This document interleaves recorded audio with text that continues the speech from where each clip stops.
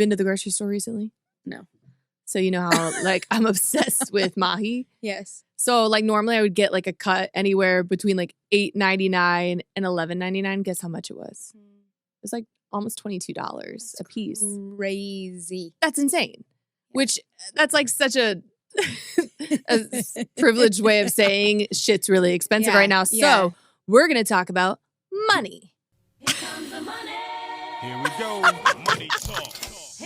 I'm scooting away. Didn't sing a little too much. I love it. Money. It's such a complicated topic in any industry, right? So I'm not going to claim to be an expert on our economy, and neither are you, right? Yeah. I mean, I feel like you are my expert on the economy. What if I'm completely wrong and you're just like, sure, this makes sense, and I'm like marching you into like you know the cliff, literally. I mean, I feel like the thing that it's only through experience. Like I started doing hair in 2008. Yeah. You know, like right after everything just sank. The housing crisis. Yeah. Man. And so, but I was so young. Like I was 18. So the housing crisis, and this goes back to what we were talking about earlier, didn't personally affect me, but it affected the people that I needed to come see me. Yeah, exactly. Do you feel like you've seen that in our industry currently today? Yeah, and I will say I did actually come in during a hard time because it was COVID, which was the start of like a downhill slide. You know what I mean? Right. Economy-wise. Yep. But the perk of when I started was salons opened back up and people were so thrilled with the thought of being able to get their hair done that it was kind of like overpowering, like, oh, maybe I shouldn't be spending this much right now.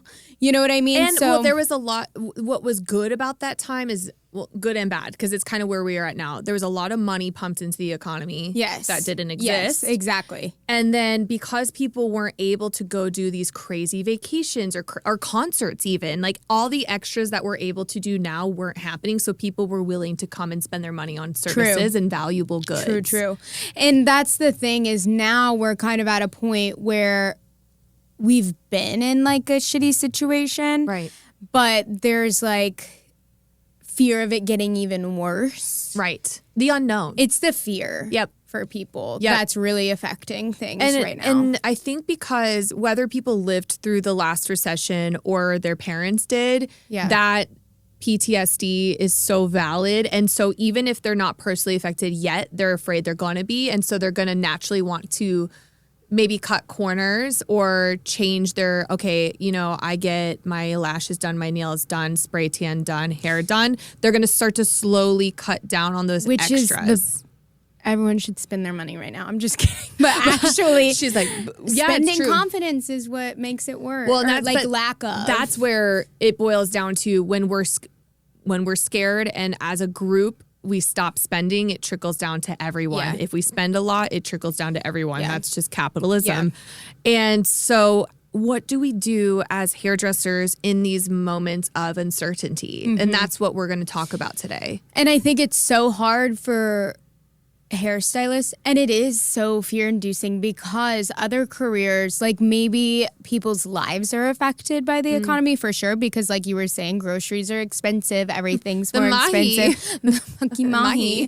But it's different whenever you are like independent in that way because like my husband, your husband's salary, like could they be let go? Yeah. But their salary, if they're not, is not going to necessarily be affected in the same way. Like ours is so volatile and it's so insanely tied to the economy that it's a lot more pressure. It is. And so how do we as hairstylists pivot our mindset? Because I think for the last decade in our industry was very much like, which we can get on this subject too, was charge your worth, do all these crazy transformations, yada, yada, yada. I think the beautiful thing, kind of like how you started at a time of opportunity and hardship at the same time. Yeah.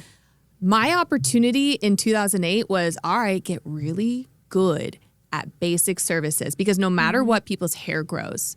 So they may not be getting this full-on transformational color, but they need their gray covered. Yeah. Or they want a little bit of blonde at their roots. So like I got really good at partial highlights, you know, or haircuts always grow. And I think that's why I did get into hair cutting because it was like recession proof. I do want to say haircuts are having such a moment lately. Oh, hair cutting's having a comeback. No, like I'm being so serious. I know you are. Everything has been so color heavy. Yes. Like a lot of trends. It's Many true. trends, which there's always hair cutting trends. Yes. But it's usually like, oh, am I going to have a bob or long hair? Yep. And to the general public, like people mainstream, it's been color. Yep. And it's like reds, or am I blonde, or am I warm, or am I cool, or what are we doing a money piece, or are we not doing money piece, and then all the trends that follow that. But right now, like if you can do a haircut that people are like asking for, and there's so many more in rotation than what's like typically in rotation. Correct. That's a big deal. Like people are wanting people who can cut hair, and there's so many people that can't cut hair. Exactly, because they like only lock themselves into one thing. And so if you want in these times of when you're bored or you've got a gap in your schedule, start to figure out ways to learn something and put that out there because people respect craft no matter what. People respect craft. What I think in any career, in anyone's life, one of the best things you can do when the economy is like down or it's not doing great is invest in something that's going to be profitable for you. Yep. So like it might sound counterintuitive to be like, oh, let me tighten up my pockets. I'm not going to spend the money on this education. I'm not going to spend the money on this business coach. Opposite. I'm not going to spend. Do it now. Yep. So that once things turn around, you have something to, so even before they start turning around, then you have something that you can now you're adding to your belt. It's the same thing with entrepreneurs. Like even myself right now, I'm starting to look at what outside of this industry can I invest in while there's opportunity to do so. And it's the same thing with entrepreneurs. Like when time is down, you think, okay, hold on tight to your money. No, girl, spend it now. Yeah. Spend it right now because people are going to throw out education or businesses that are a little bit cheaper. This is the time to do it. And I think we talked about this before, but if you are at a time where you're like, I have the time, but not the money to do it, cut something out in your life. Like maybe don't go out every weekend and invest that into education. Get good at something you're not good at so you can market yourself and diversify in a different way. Because I will tell you, no matter what, clients need to get their hair done. I don't care what the economy is. They may not be spending it on luxurious services, but they're spending it. And so in the very early on in my career, my haircuts weren't crazy expensive. Yeah. But people were still coming and I was able to be like, hey, this haircut that you have, it would look really great with like 10 foils. Yeah. So then I would get them on the books. And how do you pivot one paying customer into multiple small services? Or your clients that get these high luxurious services, which I've had a couple clients be like, hey girl, I've followed you for 14 years. I got laid off, whatever it is. They're cutting corners now and that's okay. Yeah. So I let them know like, hey, that's totally fine. Just so you know, there's other smaller things we can do and pivot. So don't just lose clients, pivot them to a different service. Yeah. And that's how you're going to make money. That's my problem with like the charge you're worth. You're like, I deserve to do this. I deserve to do that. It's like, yeah, maybe you do deserve that, but also like, let's read the situation. Like, let's read the room. Yes. Are we in the position to be like charging whatever the hell we want right now? Because I'm not one of those stylists that make all of my money by having really, really high prices. Like, are my prices higher? Yes. Yeah. But they're not like astronomical. Well, you're not charging like $500 for every ticket. No, exactly. Like you might have 8 tickets a day, but they're not $500 every ticket. Yes. And that's where I think even 5 years ago, people were like, I only want to do 2 clients a day. Yeah. That's going to be $500 to $800. Cool. Good for you. I hope you guys are doing that. And that's so good when the economy's doing so good. Right. But a lot of those are like one-off situations. Yeah. It's kind of like a tattoo. It's like hard to get that back in the chair all the time. Most of my averages like of tickets are like anywhere between like $2 to $275, meaning I'm doing like a lot of like single process and partial highlights. But like, I'm still going to make $100,000 this year. Yeah. And I only work like 25 hours a week. Yeah. How do you do that? Okay. I've got somebody sitting in my chair and I pivot their mindset on, look, I know you only get your hair cut once every 6 months because you don't do heat and you've got long hair, blah, blah, blah. I'm going to change your life with this haircut. Next time you come in, I want to show you how to diffuse it. Also, we could do like a gloss and like shift that brown to like a more like cherry brown. And you're building a story. It's just like the pre-booking, when we talked about retention. Yeah. It's the same concept with this economy, is building that story that I'm not here to, I care about your pocket. I want to help you pivot away from thinking the hairdresser's always going to be $500 because I can do your hair for $190. Something to make you feel good, to get that interviewed. Like anytime people have an interview, what do they go do? Buy a new outfit. Yep. How do we get them when they have a new interview for a job to want to go buy what we have to sell? Yeah. So we have to put that messaging out there. Yep. And I think the whole, price raises in a time like this, maybe don't raise it. Yeah. Maybe don't. Yeah. Like even if on paper your productivity is like, hey, I should raise my prices right now, this is probably not the right time to do it. Yeah.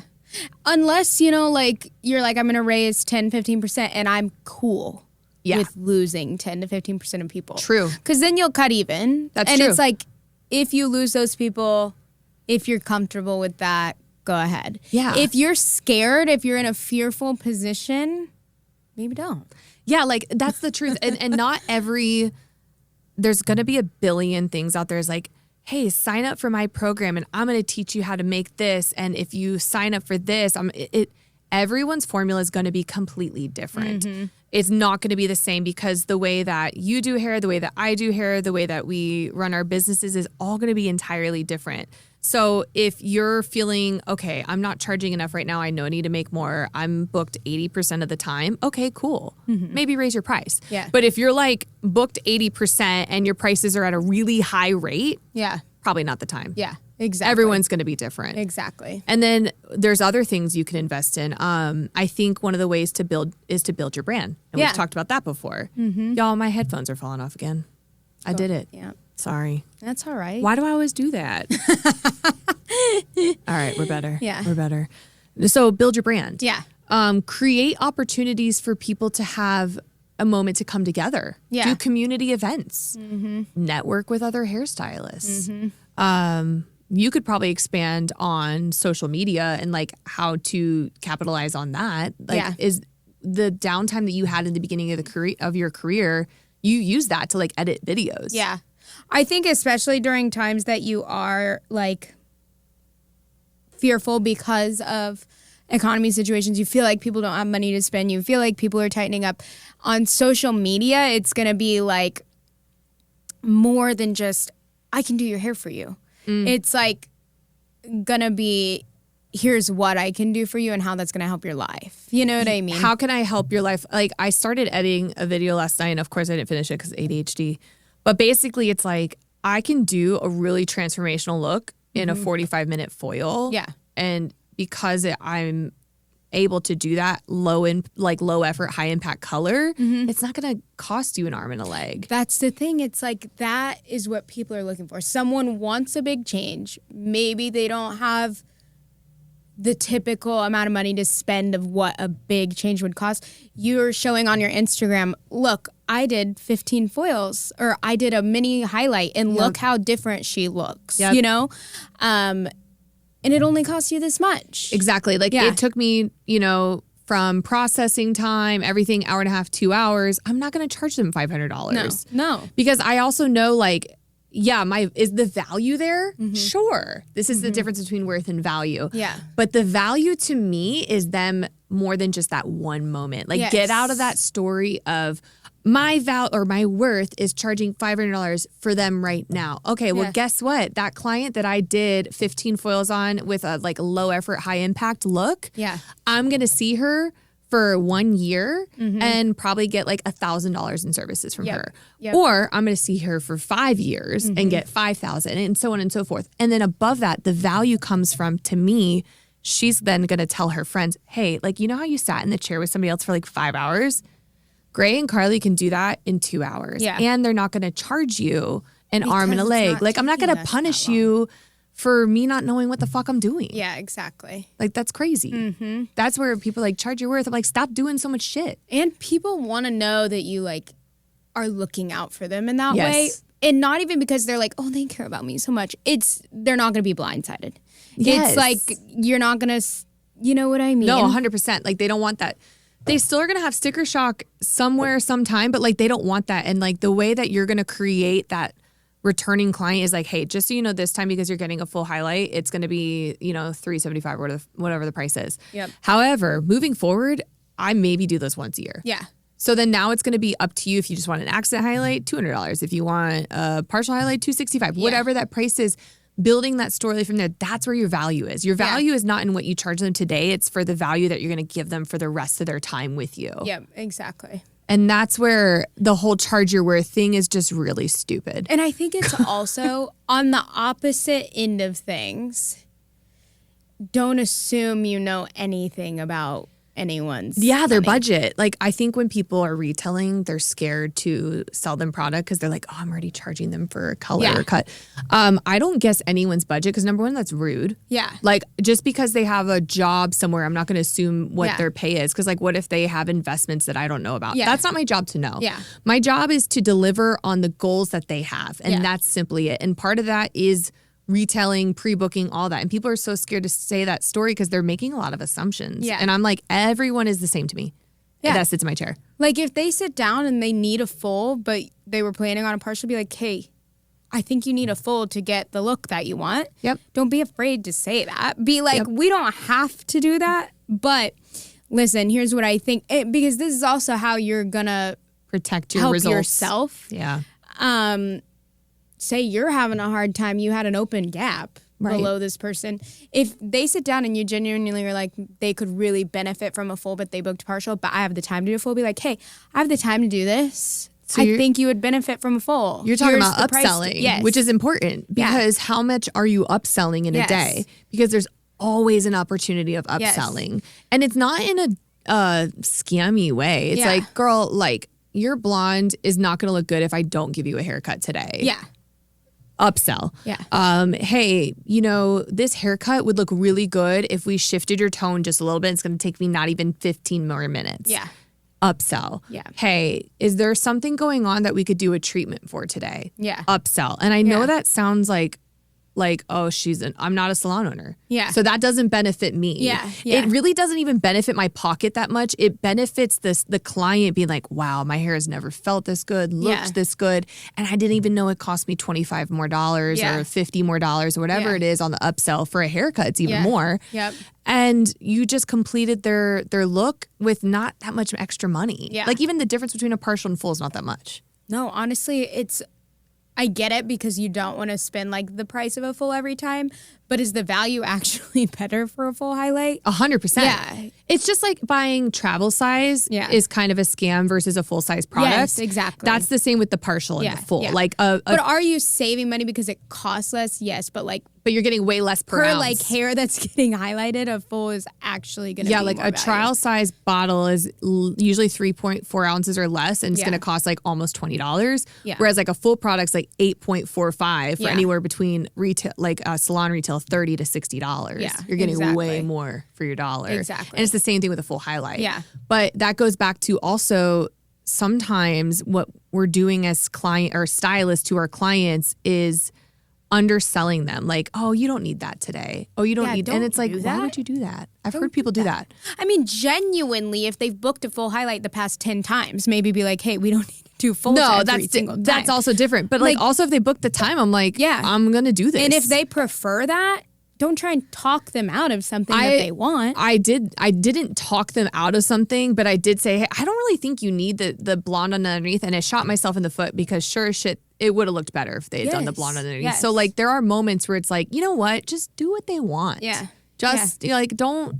Yes, we're the expert, but like sometimes it's okay to be like, hey, I am here to serve them. You know, like it is a service industry. Like I do think that there is that perception of like, oh, we're like doctors and everything else. It's like we are, but at the same time, like respect that they're the ones paying our bills. Exactly. You know? So let's talk about how to make more money in times like this. So, okay. How have you, if you can go back to like building your books, what were some of the ways that you did to build your books?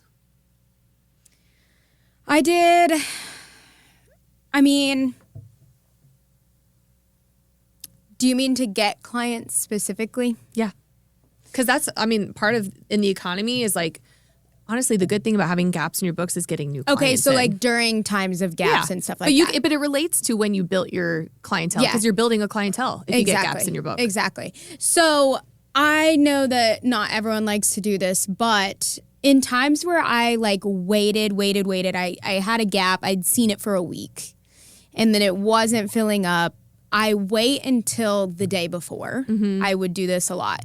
And then I would say, to preface, it's true for me that a full is a better value to them. Yeah. Because it takes me 30 minutes longer only. Yep. And it costs not that much more than the partial. It's like $100 more at most. But since it takes me only 30 minutes longer, they are getting a better value on that. Versus like if they come in for the partial, that still has to process pretty much like the same amount of time as a full. So it only is a 30-minute difference. It's costing them more on that. So what I would do, knowing that, I would say, okay, I have this gap. Or I would say last minute opening on my story. And I'd be like, we can either do a partial with like complimentary haircut. Yep, exactly. Or I would say we can do a full for the price of a partial. Exactly. And I'm not really losing. It makes me more money to fill that spot than to lose that 30 minutes. Yes. 100%. And so I would do that often, and people jump at the chance. When I was building my books, when I moved to Nashville, I did that all the time. And like I literally gave out like cards that said that, and that's how I filled my books. So that's it's like the we number got to go back that to I that would sometimes. do. Yeah. Mm-hmm. Like if there's gaps coming on our books, go back to like you just started doing hair. Like these are times where instead of us focusing on like, oh my gosh, what's happening? Like we're allowed to feel that anxiety. Yeah. But like, how do we use that as opportunity to kind of shift our business a little? Or what I would do if I had someone in mind that I know hadn't had their hair done in a long time, and they could probably use it in their hair photographs, great. They're out to them. Fun to be around. I would have them come in and be like, hey, let's do a model service. I would do like some content on what an accent highlight is. And I would do an accent highlight on them, get the content for that so that then I could use that on my page and be like, hey, just so everyone knows, here's this accent highlight that you might not know this service exists. It only costs this much and look how much of a difference it can make. And then that's filling my books for later. So that's kind of what I did with Nikki that time. And I did get a couple of my clients being like, oh yeah, I know you told me about that, but I didn't realize like how good it actually looks. And then they were booking extra services in between. Like they would come only twice a year for a full highlight, which is fine. And to me, that's not time wasted. That's time utilized very efficiently. And she edited it for me. Like I didn't have to do it. Yes. You know? And so I think during times where you're like feeling like, oh, things aren't going great, don't just sit back. Like that's the time to really like focus in and utilize every moment you have for your business. To build your brand. Yes. And it's like, okay, whether it's, if say you don't get the climbing chair, then fine. All those videos that we have filmed that we haven't finished editing, do that. Yeah. One thing I did a lot in the beginning of my career, and I still do it a little bit, but when I started in Nashville, I would reach out to people like directly. Like I would email them because that was more of the communication at that point in time. And I would be like, hey, so-and-so, it's been a couple months since your appointment. Hope you're doing great. Just wanted to check in on you. Let me know if you need help getting on the books. Yeah. And they would always get on the books. I'm telling you, they will. Yeah. They will. Or if I know, ooh, this person loves Fridays and I haven't seen her in a minute and I just had an opening on Friday, I'm going to reach out to them. Yes. People are so scared to reach out to their people. And I'm like, just go back and see who you have. If you've looked at your last 6 months and you haven't seen somebody, reach out to them. Yeah. In times of uncertainty or not. Yeah. And that's instead of like, and I have a wait list too, but the wait list is more of like, I really need in by this point or I need it on this day. Like, it's nice to have, but there's something really special about somebody like reaching out to you directly without being prompted. Yes. And they love that. And and to me, I love it too, because I'm like, I do care about them and I miss them and I want to see where they're at. But I'm telling you, they will book if you reach out to them. Yeah. Even if it's not, well, right now I can't really do the full highlight thing, but I am needing a haircut. And I'm like, cool, I have Saturday at 11 or whatever it is. Yeah. And I think a lot. I don't know if it's like a generational thing or what. They're really scared to talk to people. Yeah. And I'm like, this isn't the industry then. You got to talk to people. Yeah. It sucks, but you have to put yourself out there, go to events, go to bars, network. But I also think like pour into your business, like really invest. Like when I wasn't very booked or busy in the beginning of my career, all I did was invest in my education. Yep. And that was hard because I was spending money doing it. But it was important. Even social media, like if say you don't have clients, you're like, I can't do content right now because I don't have clients. Like I've used up all my backlog. Like do a little video of yourself. Getting ready. Just do Setting something. up your station. Put yourself in front of people's screens or people's faces. Because it makes you look like an expert. Yes. And that sounds inauthentic because we are an expert. Yeah. But nowadays it's really about selling yourself as the expert. Yes. And there's always an opportunity for that. Yep. The other thing with the whole money and being cautious and being scared is not discussing that scarcity with your clients. Do not ever. But I've heard it. Oh my gosh. Yeah. Yes, I have too. And I'm like, don't do that. Don't do it. There's a certain amount of professionalism. Like I cuss with my clients. We talk about Real Housewives. Yeah. We shoot the shit. Yeah. But when it comes to finances, I will literally die. Imagine going to your hair appointment and then your hairstylist telling you all about how they're barely making it by, like, or they're going through a hard time. No one wants to carry someone else's burden. Just like hairstylists complain all the time. I'm a therapist. Do you know what I take in? Do you know all the emotional baggage that I have? Because I hate when clients trauma dump. That's a choice. I get it. That's a but choice. don't do the same thing to your clients then. Yeah, it's really unprofessional. And if you are talking about finances or complaining about it, I promise you they're not going to continue to come back to you because that's one of the things that I've heard from other clients complain about. Also, it looks like you're really not popular for people to choose to have their hair done with. It looks like you're not popular. It looks like you don't care. And it also looks like you're begging for money. Yeah. Like, just don't do it. Imagine being like, every time I go, she's going to talk to me about her financial situation. Like, I love how she cuts my hair. And there's going to be this like pressure to tip her as much as awkward. I can, or just have to sit there and be like, yeah, I'm sorry. It's horrible. And I think it would be really good if one of our future episodes, if we had like a client or two come on this and talk about some of their experiences and what has been good and not good. Because literally like the PT person I'm going to told me that exact situation this week. She was like, yes. I've heard it so many times. All the time. And I'm like, that's where, okay, you guys want people to view you as professionals. And then I've never heard my doctor complain about their finances to me. No. Ever. And is it hard right now? Sure. Is everyone going through something? Yes. But when they're coming to get their hair done, that is their time to relax and not focus on the real world. Yep. So like, don't make it about you. Like if your client's like, what's going on? And you're like, oh, like in your mind, you're like, fucking shit's hitting the fan. Yeah. Don't talk about it. Just pivot it back to them. Like, oh, everything's good. Anyways, tell me about your job. What's going on with that? Yeah. Pivot it back to them always because like literally, I remember being like, I'm eating ramen noodles for months when I first moved here by myself. And I'm just living off of, I don't even know how I survived. Yeah. And my clients thought I was like luxurious. Like I put myself up like I couldn't afford a bag, like a nice designer bag, but I made it seem like I could. Also, because they wanted to pay me.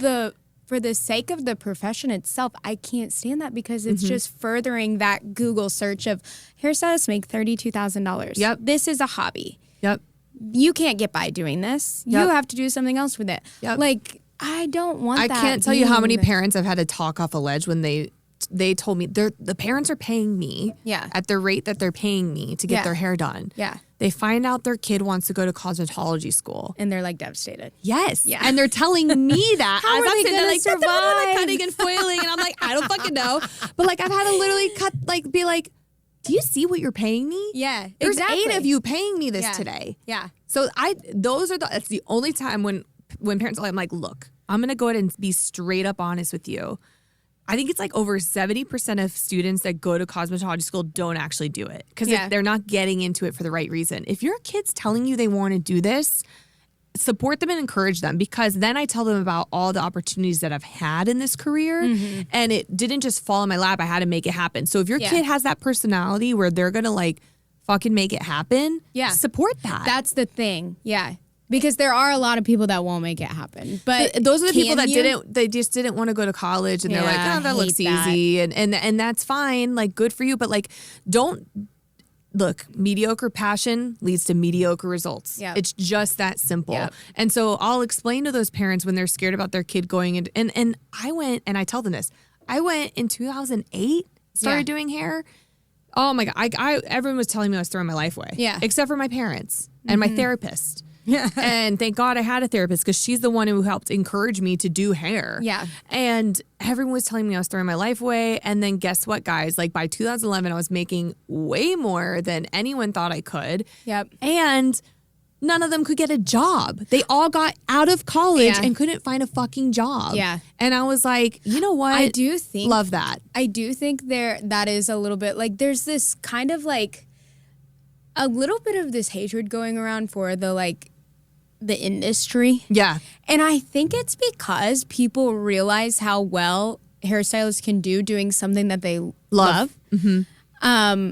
Whereas like people go to college, then they do whatever training, then they go and get this career, and then they're at a salary, which is capped, which you get a little raise each year or whatever, and they're not super happy doing what they do. You know what I mean?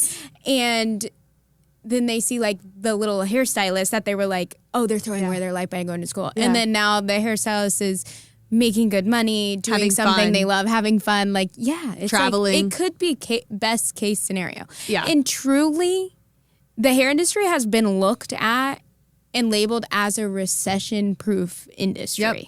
It is. And I think we need to keep that in mind. Maybe it's not going to be your $100,000, $200,000 year. Yes. But are you going to survive if you want to? Yes. Yes. Because guess what? It is recession proof. Yeah. And I learned that very early on because I succeeded in the recession. Mm-hmm. So, and I was brand new and no one had any right to pay me what they did, but they did because I just invested in myself and I believed in myself and I sold myself. And I think you really can do it. You just have to believe in that. And also just, if you don't feel confident, you figure out how to grow that. Yeah. Just figure it out. Yeah. It's just that simple. It really is that simple. Mm-hmm. But I think that in times like these, you've got to have that belief that I'm going to survive this. Like, like you said, you might have had a goal. Okay, every year I'm going to raise my salary 10 to 20%. Mm-hmm. Okay, this isn't your year. Yeah. Guess what? 2020 wasn't either. Yeah. Because while we are recession proof, we weren't pandemic proof entirely. Yeah. Depending on the state you lived in.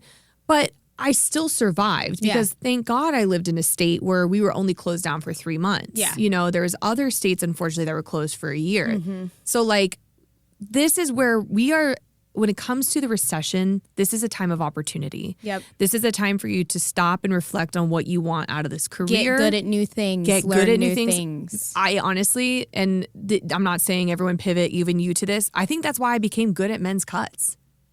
Yeah. I do, because in the very beginning, no matter what, people needed haircuts, but guess who needs more haircuts? Yep. Men. Yeah. And so I got into barbering very early on, and then I was like, oh, I'm good at this. And then I was around a lot of mentors that were all cutting specialists, and then they taught me how to do that. And so the bulk of my money was cutting, which is funny because remember in Miami, you're like, I can't believe she was like, oh, you're like such a good cutter, because they all knew me as a cutter. Yeah. And I think it's because of the recession. I truly, truly think, like, do I think specializing is bad? No. Do I think it was probably thought up of during a really good economy situation? Yes. Yes. And do I think that if you're struggling as a colorist, even a hair cutter, if you're struggling as specializing in either, maybe let's think about expanding into new things. Yeah. Because then you're only expanding your ability to make more. Do you have to? No. If you're really scared and you're like, I'm not getting people booked, like, let's learn some new skills. Yes. Let's open up more opportunities for ourselves. And invest in finding a mentor that can coach you through this. Because I'm telling you, if I didn't have that therapist who was like, you really should go for this, you should do hair. Yeah. I wouldn't be where I am today, 18 years later. Mm-hmm. And it's the same with a business coach. Like, if this is the time to do it, because if you're feeling lost, you need somebody to help guide you. Mm-hmm. It's just that simple. Man, well, here's to life costing more and we'll still make money. We're going to survive. Yeah. We can do this. We can. Dollar, dollar. Dollar, dollar. Cheating, bling, bling.